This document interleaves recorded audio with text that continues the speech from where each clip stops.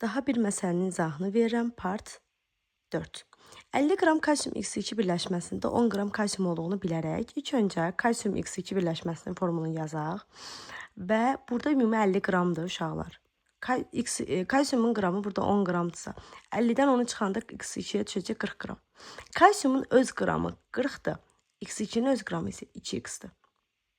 Əgər 10 qram kalsiuma 40 qram X2 düşürsə, bəs 40 qram kalsiuma nə qədər X2 düşür? 2X.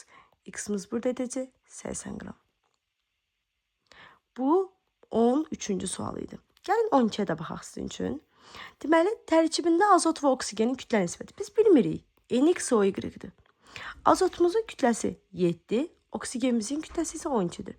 Azotun öz ayrı 14, oksigenin öz ayrı nə qədərdir bəs? 16-dır. İndekslərin tapılması qaydasına əsasən 7-ni 14-ə bölürsünüz, 12-ni isə 16-ya bölürsünüz. Burada edir 2-də 1, burada isə nə qədər edilir uşaqlar?